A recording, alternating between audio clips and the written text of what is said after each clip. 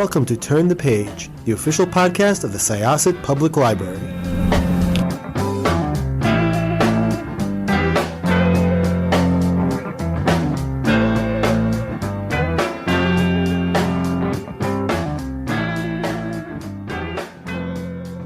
This is Jessica with Syosset Library's Turn the Page podcast.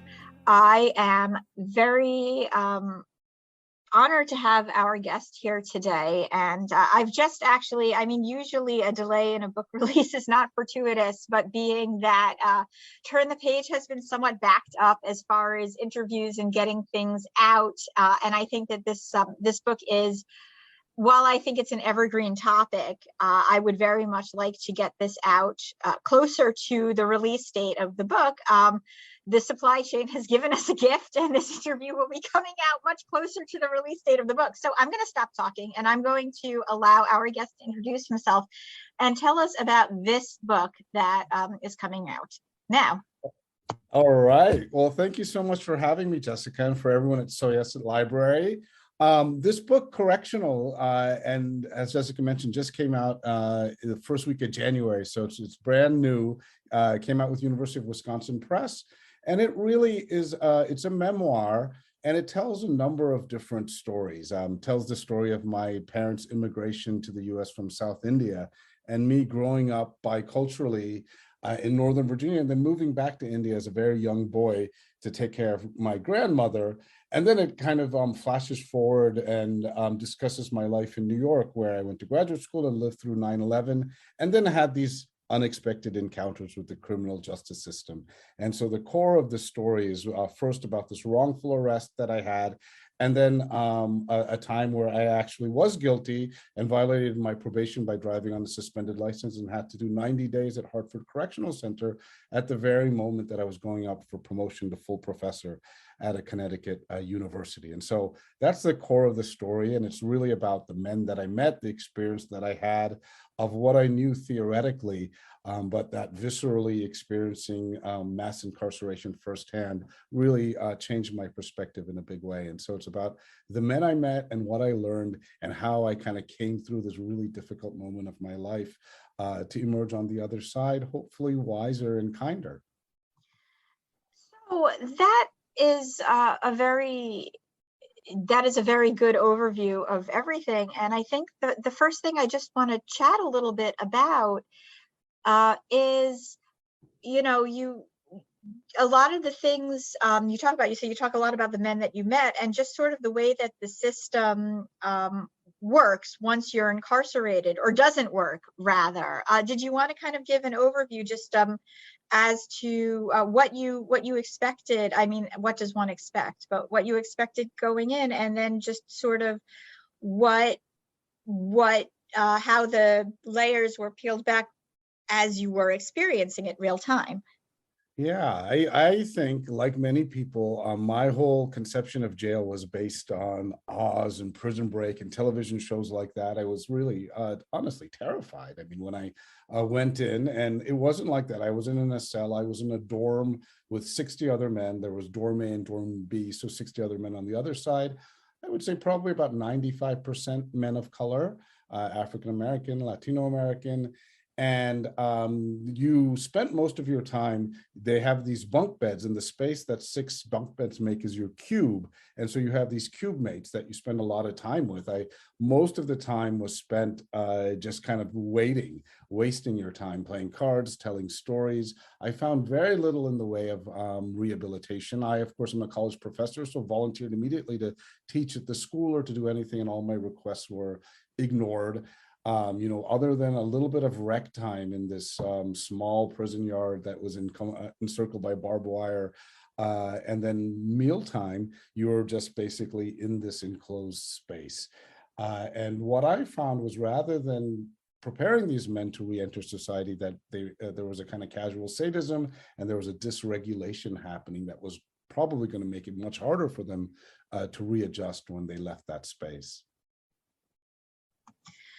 I think when you discuss like what you expected based on television, of course, and then just what you experienced, I mean, the idea of rehabilitation did it seem to like that they wanted to, but there just wasn't the resources, or it just was not, the system is just not designed to rehabilitate people who are incarcerated?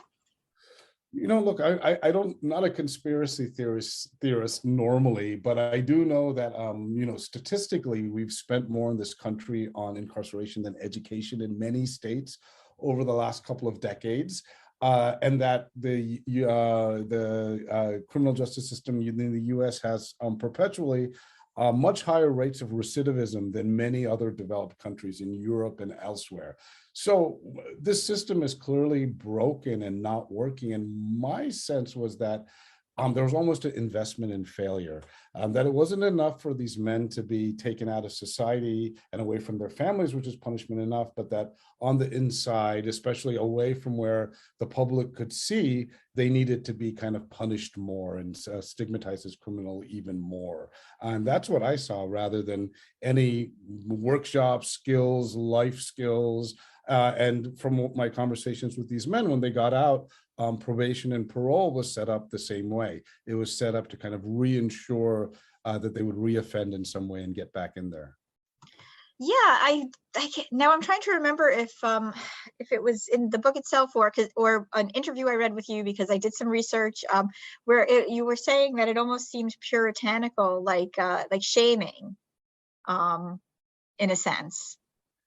Yeah, the roots, I think we tend to forget. And when I was looking at the crisis of mass incarceration, kind of zooming out from the big picture, and our Puritan ancestors, when they came to this country, actually initially had what were called the bloody codes in England, the sanguinary punishments, which were all done in public, pillorings and whippings and brandings and executions. We probably remember Nathaniel Hawthorne's The Scarlet Letter. The Scarlet Letter, right, yeah. Where you had to have that. So you were, in some ways, it was not guilt, but shame. Something that you're guilty of, you can atone for and move on. Something that you're shamed for, you are in fact criminal, and you can't ever escape that idea. And so that was the roots of the our system. And the Quakers, who were kind of the left-wing party of the time, actually thought that the system of punishment was kind of medieval and brutal, and advocated for incarceration as an alternative, where through labor and silence, which we still see today in prison workshops and solitary confinement, they felt that someone could kind of be redeemed. But my argument was that the puritanical zeal for shaming never left, but it actually kind of went underneath. And we can only see this when people get out and they have a criminal record, how hard it is for them to move on with their life in any way. They're kind of looked down upon by most of society. Yeah, I believe almost a set up for failure. You can't really, there's no way to really atone for what you did, or to say, I served my time, I'm working to better, beyond that, let's put this behind me. There's really no way to do that. Yeah, and it was also that a lot of the men that I met might have had mental health issues or substance abuse problems. Yeah. But they weren't being addressed in jail, and they certainly didn't. If anything, those problems were getting worse in there, not better. I believe one of the men was a veteran. Yes, I did meet, and this guy, Lenny, was a Vietnam vet that I met, who, he was one of the few white guys that were around me. And, he actually, now that I think about it, had these remarkably prescient, he was a total conspiracy theorist, but he predicted super viruses taking over the world and climate disaster. And now in 2022, I'm looking back on some of what he said, like, oh man, he was kind of onto something. But again, yes, he was someone that as a veteran didn't feel very supported, had a drinking problem himself, and had also found himself caught in the net of incarceration. So you had mentioned Lenny was one of the few white guys you were with. So clearly those incarcerated, the percentage of people of color was, much higher. If Lenny was definitely in the minority. That's right. And, I mean, we think of statistics, which I know, I mean, there's a great book by Michelle Alexander, The New Jim Crow, where she outlines some of this, but I think Yep, good. It is a great book. Yeah. terrific book. Yeah, I think everyone should read it. But that for African American male born in 2001, there was a 1 in 3 chance that they would be arrested, right? And so when you look at sentencing, who is arrested, how long they're arrested for, all of these things, there's a racial disproportionate quality that I knew theoretically, having read it, but then going into Hartford Correctional and experiencing it firsthand, it was overwhelming. I mean, it was incontestable that there was a racial dimension here. And many of the men that I talked to had had their first entanglements with the law, maybe as a young man, as a teenager, smoking a joint and getting arrested and having a criminal record then, and not kind of being able to move on. And I also recognize the ripple effect that this has had, because in many cases they had a parent who had been affected by mass incarceration, and then when you're unable to be with your family and hold down a job, there is this kind of generational damage that happens, and I witnessed that firsthand. Yeah, that is something I think that I've been reading about a lot lately as well. And it's really just, it is heartbreaking. And when you think about, I mean, in general, those who how society treats, when you talk about mental illness and people of color in general who are not incarcerated, it's not great. And one can, oh, I mean, unfortunately, you didn't have to imagine it. You saw firsthand what it's like on the other side. And I don't think it's a coincidence that the two great moments of prison growth in American history, one came at the end of the 1960s, at the end of the Civil War, in the post-Reconstructionist South, where now there was a plantation to prison pipeline and convict leasing laws, where states would get inmates from other states to do all the work they didn't want to do, work on the railroads and the mines and other things. And then the other great moment came at the end of the 1970s, at the end of the civil rights era.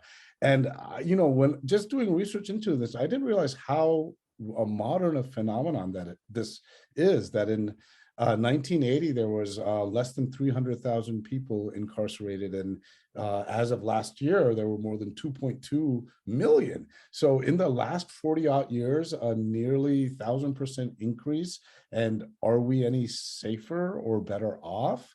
It feels like this has been happening under our nose, under the nose of American democracy, and we've somehow allowed it to happen.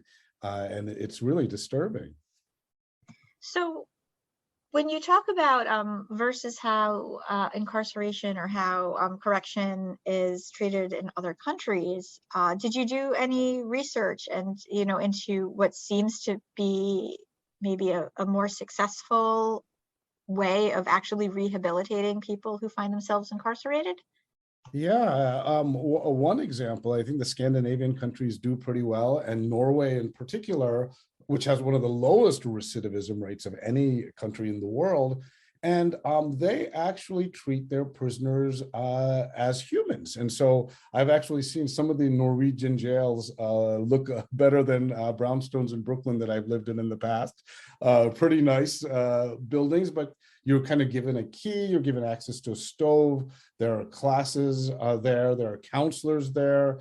You can take writing workshops and work on the things that might have gotten you there in the first place.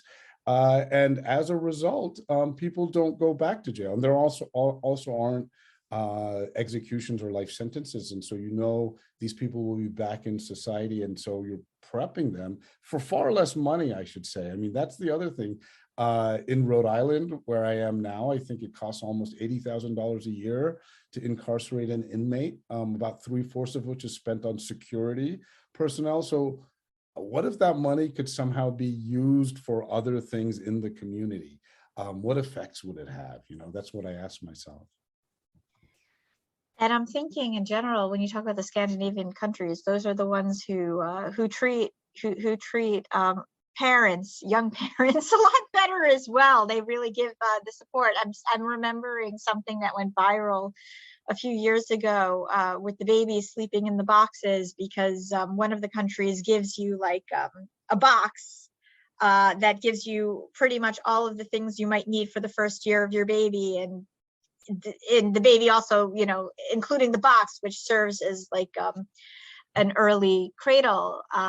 And they have paternity leave and a lot of and they maternity have paternity leave. Yes, that's where I was going with that. So really, it's like from beginning of life on, there just seems to be this focus on taking care of the needs of the people.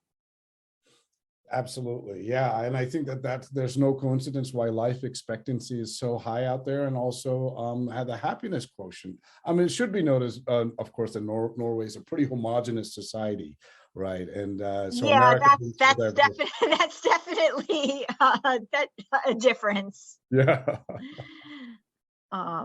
Yeah. So the process of writing this book, did you, because I know you are a writer to begin with, and you're a poet, how long was the process of coming to, okay, now is the time I'm going to release this book, from when you started it? Wow, I think I knew I'm, as you mentioned, a pretty well published poet and translator. And when I realized I was going to have to face this prospect, I knew that I would have to lean heavily on my identity as a writer to survive. And I almost initially thought of myself as an immersion journalist, kind of parachuted down into this space. And I filled probably a dozen composition books, full of the conversations I was overhearing, the kinds of bureaucratic forms you had to fill out, the list of censored books and magazine articles, the smells and textures around me. It really was like clinched home when these men who I met, who initially I was really afraid of, and over this time, and I should mention this 90 days I did is kind of, because I had a private attorney, was spaced out over about a year and a half. Which in retrospect, I kind of wished I had done it one time, because every time you have to be reprocessed and bend over and turned into a carceral object and put into a new group of men, it was really traumatic. But that first stretch, 45 days, I was with many of these men who shared really intimate stories, and they made me promise. They said, you have a voice out there. We don't really have a voice, and we want you to do something with this. And I made him a promise. And so then I knew, okay, I'm going to have to write this book. What I didn't realize is it would take me almost 7 years to complete the project, that I really had to go through. I think initially I was really bitter. And I think part of this book is about me grappling with my own culpability and taking responsibility for the mistakes I might have made. And then I had an agent and many great readers who provided a lot of feedback. The thing about a memoir is that you're writing about people in some cases who don't want to be written about. And so how do you negotiate that? My ex-wife, for example, really didn't want to be written about, but she was a part of my story and my life. And then, the larger contrivances of characterization and plot development. As a poet, I could describe with great visceral detail the inside of the space that I was in, but to keep the story moving, that was something I had to kind of learn through revisions. And the book probably went through about 5 significant revisions. And then because it was published with University Press, it had to go through what's called double-blind peer review. Where random 2 scholars read it and gave some more comments, and then I incorporated that. In one case, I got some pretty insightful remarks to edit it a final time. So it was really a pretty arduous process. And I excerpted little sections here and there in the New York Times and the Hartford Current and elsewhere, Daily Beast. But yes, the putting it together. And then I think I can talk a little bit about the structure, but I have these 6 letters in the book, which are the kind of architectural spine. And in India, they have 6 seasons in addition to the 4 we have now here. So there's the monsoon season, the season of heavy rain, and the pre-vernal that comes before spring. And so I, as each of these seasons, wrote a letter to someone in my life, kind of explaining my relationship with them and speaking directly to them in this intimate way. And, I think those letters are kind of the poles around which the story of my life and even my grandparents' and parents' life kind of furl around in some way. And so kind of getting that architecture also took a lot of time. Yeah, and I love how you refer to it as architecture.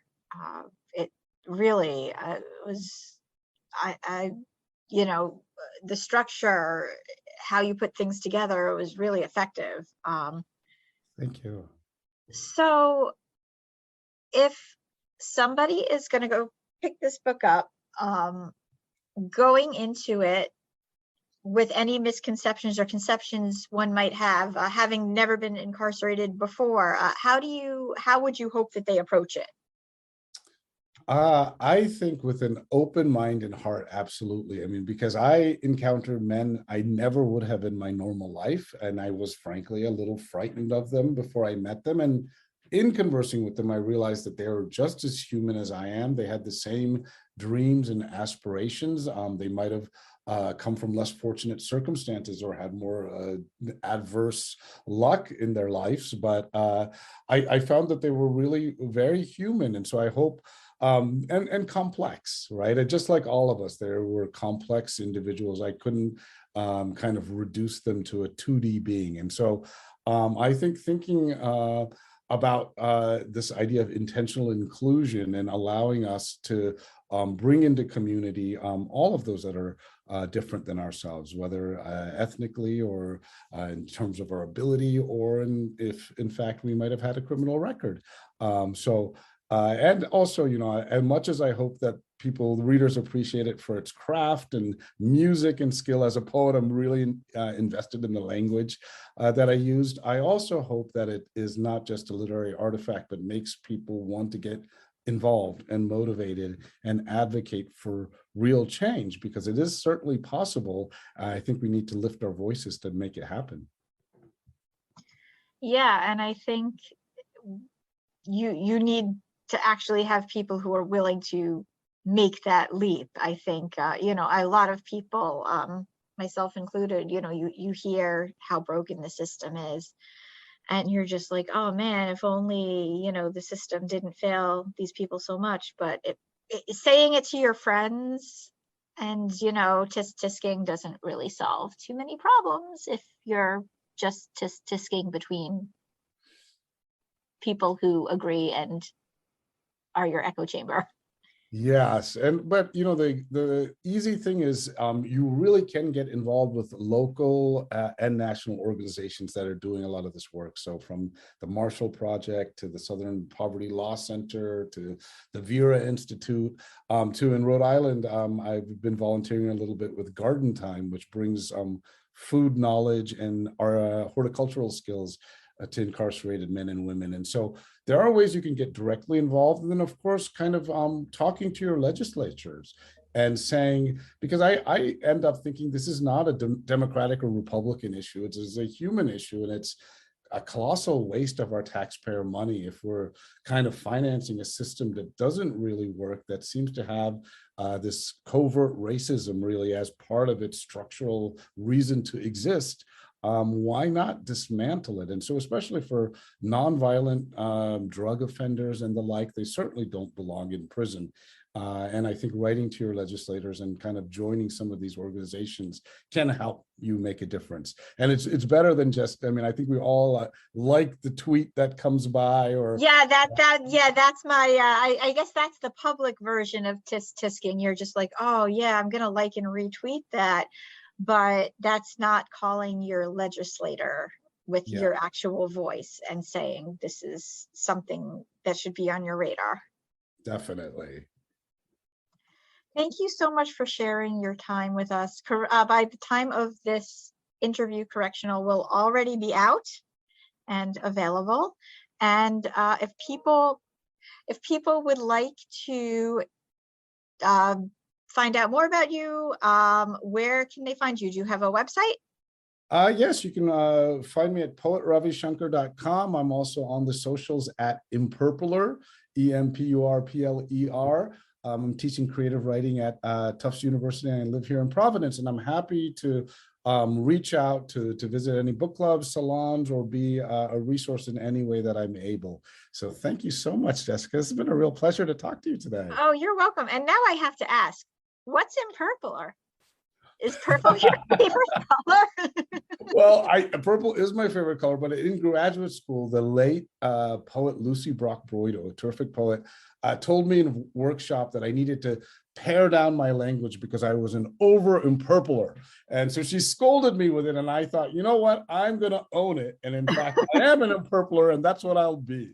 I couldn't leave that without asking. It was just like, oh, wait a second, where is that from? But yeah, I think, you know, out of my years as an English major and a librarian, I only started hearing that term within the last 5 years. And I was like, oh yeah, okay, I guess I can understand what that means. But thank you for clarifying. I appreciate it. Hopefully the listener as well. To make purple, to impurple, and usually as a pejorative connotation, but I think we can all use a little more purple in our lives. Agreed. All right, this was Jessica. Our guest today was Ravi Shankar. And on behalf of Syosset Library, we are going to close this chapter of Turn the Page. It's time to close this chapter of Turn the Page. Join us for the next episode.